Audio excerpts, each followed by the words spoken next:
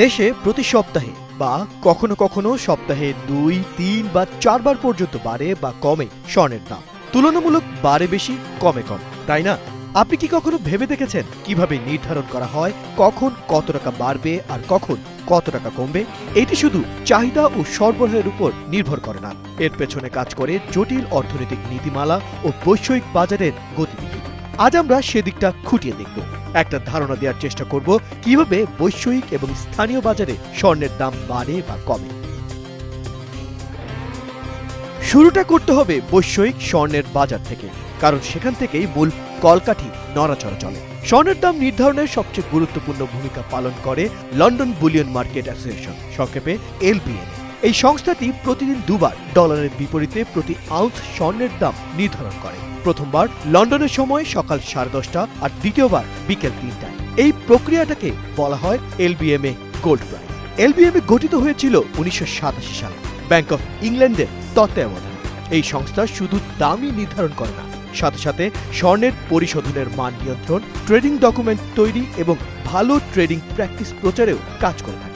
বর্তমানে 16টি স্বীকৃত বাজার অংশীদার যেমন জেপি মর্গান, গোল্ডম্যান স্যাক্স এবং মর্গান স্ট্যানলি এই দাম নির্ধারণ প্রক্রিয়ায় অংশ নেয়। এবার প্রশ্ন হলো, LBMA কি নিজের ইচ্ছেতেই দাম নির্ধারণ করে? না, স্বর্ণের দাম ওঠানামা নির্ভর করে বিভিন্ন অর্থনৈতিক উপাদানের উপর। যেমন যখন যুক্তরাষ্ট্রের ফেডারেল রিজার্ভ মুদ্রানীতি পরিবর্তন করে, বিশেষ করে সুদের হার বাড়া বা কমায়, তখন স্বর্ণের দামেও তার প্রভাব পড়ে। সাধারণত সুদের হার কমলে সোনার দাম বাড়ে, কারণ বিনিয়োগকারীরা সোনাকে নিরাপদ আশ্রয় হিসেবে দেখে। স্বর্ণের দাম সরাসরি প্রভাব ফেলে এর বাজারের চাহিদা ও কতটা সরবরাহ বাজারে রয়েছে তার উপর। বড় সোনার উৎপাদক দেশগুলোর মধ্যে রয়েছে চীন, যুক্তরাষ্ট্র, দক্ষিণ আফ্রিকা, অস্ট্রেলিয়া এবং রাশিয়া। যখন এসব দেশ থেকে সরবরাহ কম থাকে তখন দাম বাড়ে, আর সরবরাহের তুলনায় কোনো কারণে চাহিদা বেড়ে গেলেও দাম বাড়ে। ঠিক একইভাবে উল্টোটা ঘটলে দাম কমে যায়। উদাহরণস্বরূপ, যদি কোনো বছর সোনার খনির উৎপাদন কমে যায়, বাজারে সোনার অভাব তৈরি হয় আর দাম বাড়ে। এদিকে ব্যক্তিগত বিনিয়োগকারীরা যখন স্বর্ণ কেনা শুরু করে তখনও দাম বাড়ে। একইভাবে কেন্দ্রীয় ব্যাংকগুলো যখন তাদের মুদ্রার রিজার্ভে স্বর্ণের যোগ করে তখন এর দাম বাড়ার প্রবণতা দেখা যায়। উদাহরণস্বরূপ 2021 সালে বিশ্বজুড়ে কেন্দ্রীয় ব্যাংকগুলো 463 টন সোনা কিনেছিল, যা আগের বছরের তুলনায় 82% বেশি।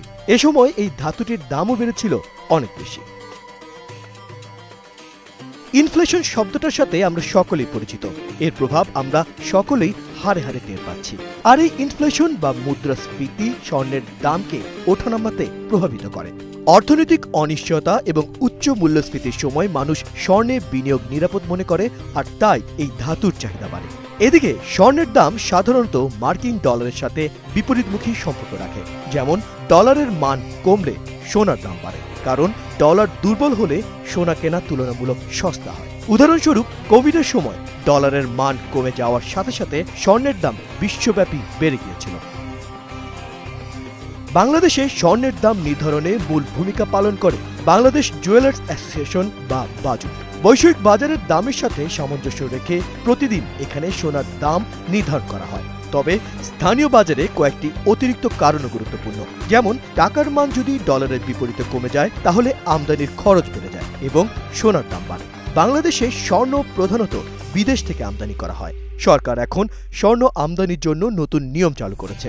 এর মাধ্যমে বৈধ আমদানি নিশ্চিত হচ্ছে।